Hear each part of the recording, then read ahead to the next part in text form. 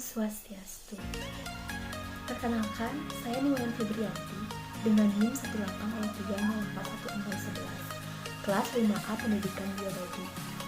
Pada video kali ini, saya akan membahas mengenai praktikum efisiensi metabolisme.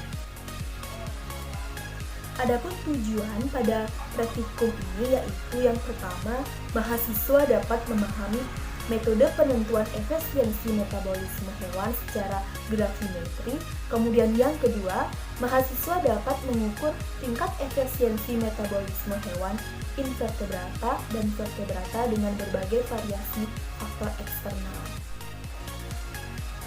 Sebelum kita beranjak pada penjelasan selanjutnya, ada baiknya kita mengetahui terlebih dahulu apa yang dimaksud dengan metabolisme.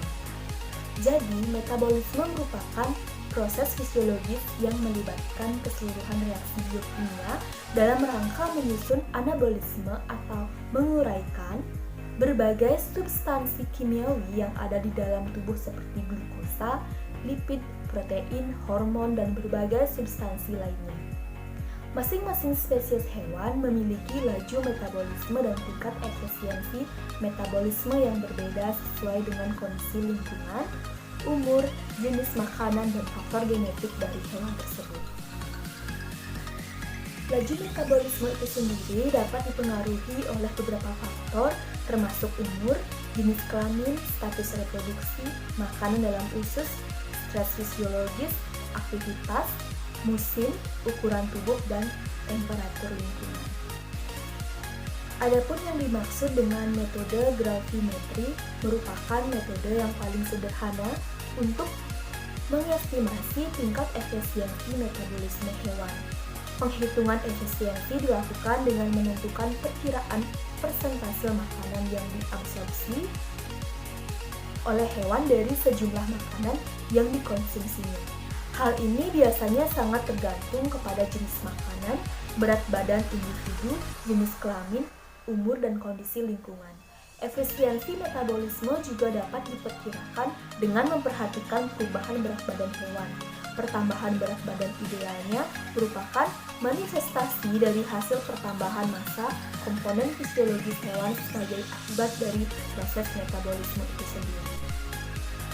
Alat dan bahan yang digunakan pada praktikum, yang pertama, untuk alat ada kandang ayam, timbangan, kemudian alat tulis, dan penggaris. Sedangkan untuk bahan sendiri ada anak ayam sebanyak 6 ekor, kemudian pakan ayam yang terdiri dari nasi putih dan juga dedak, dan air.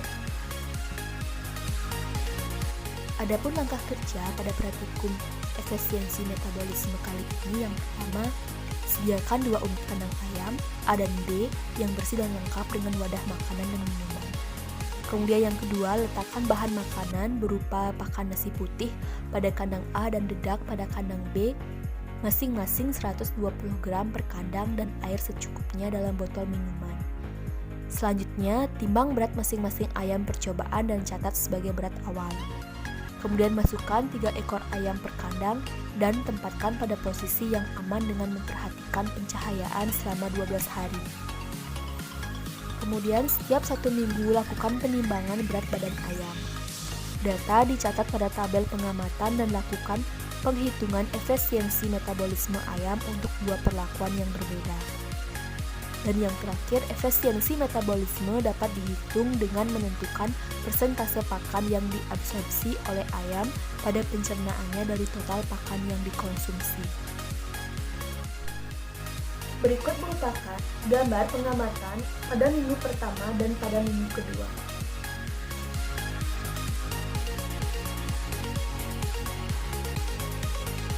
Berikut merupakan tabel perkembangan pada ayam yang diberikan pakan nasi putih. Berat awal ayam yaitu 4,86 gram. Pada minggu pertama, panjang ayam yaitu 26 cm. Pada minggu kedua mengalami peningkatan menjadi 36 cm. Berat pada minggu pertama yaitu 47,56 gram. Pada minggu kedua, beratnya 74,36 gram. Diameter pada minggu pertama yaitu 24 cm, sedangkan pada minggu kedua yaitu 33 cm.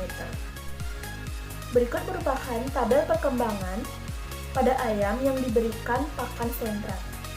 Berat awal ayam yaitu 46,6 gram. Pada minggu pertama, panjang ayam 32 cm. Pada minggu kedua, panjang ayam 36 cm. Pada minggu pertama, berat 56,96 cm. Mengalami peningkatan pada minggu kedua dengan berat 106,36 gram. Untuk diameter pada minggu pertama yaitu 24 cm, sedangkan pada minggu kedua yaitu 34 cm. Pada praktikum mengenai efisiensi metabolisme menggunakan hewan vertebrata dari kelas Aves, yaitu ayam atau Gallus domesticus. Praktikum ini menggunakan 6 ekor ayam yang dibagi menjadi 2 perlakuan yang berbeda pada jenis makanan. Jenis pakan yang digunakan yaitu nasi putih dan sentrat. Protein merupakan bagian bahan makanan yang mengandung persenyawaan nitrogen yang disusun oleh asam-asam amino esensial dan non-esensial. Protein berfungsi sebagai bahan pembangun dan pengganti jaringan tubuh yang rusak, bahan baku pembuatan enzim, hormon dan zat kekebalan atau antibodi, serta mengatur metabolisme sel. Daya cerna adalah jumlah zat makanan dari suatu bahan pakan yang diserap dalam traktus gastrointestinis. Pemberian pakan pada suhu lingkungan tinggi akan mengakibatkan ayam mengalami cekaman panas sehingga energi pakan yang dikonsumsi akan digunakan untuk mengeluarkan panas tubuh. Dalam kondisi terkena cekaman panas ayam yang mengurangi konsumsi energinya guna mengendalikan panas tubuhnya. Jadi ayam terkena cekaman panas akan memiliki efisiensi energi yang rendah karena untuk mengeluarkan panas dengan cara panting membutuhkan aktivitas otot yang tinggi sehingga kebutuhan energi juga akan naik.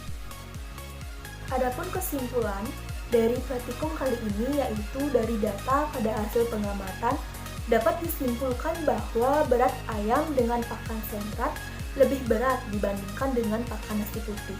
Hal ini dikarenakan konsentrat mengandung banyak protein yang dibutuhkan oleh anak ayam untuk pertumbuhannya. Sekian penjelasan dari saya. Terima kasih.